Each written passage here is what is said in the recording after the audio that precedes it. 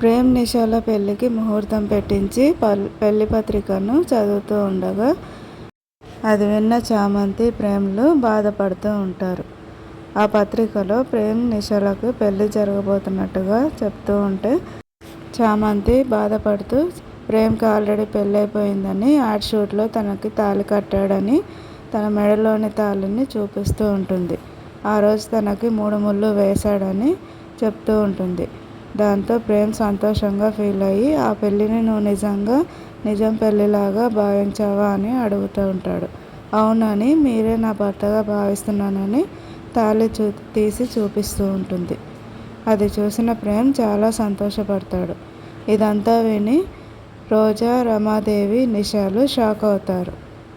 నిజంగా ఇది నిజం అవుతే ఎంత బాగుంటుందో కదా. రమాదేవి, నిషా, రోజాలకి ఈ విషయం తెలిస్తే ఇది ఒక పెద్ద షాకే వాళ్ళకి.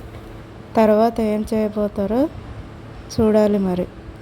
నిజంగా చామంతి ప్రేమ్కి తనకి పెళ్ళయిందని చెప్పిందా, లేదంటే ప్రేమ్ అలా ఊహించుకుంటున్నాడా? ఏం జరగబోతుంది?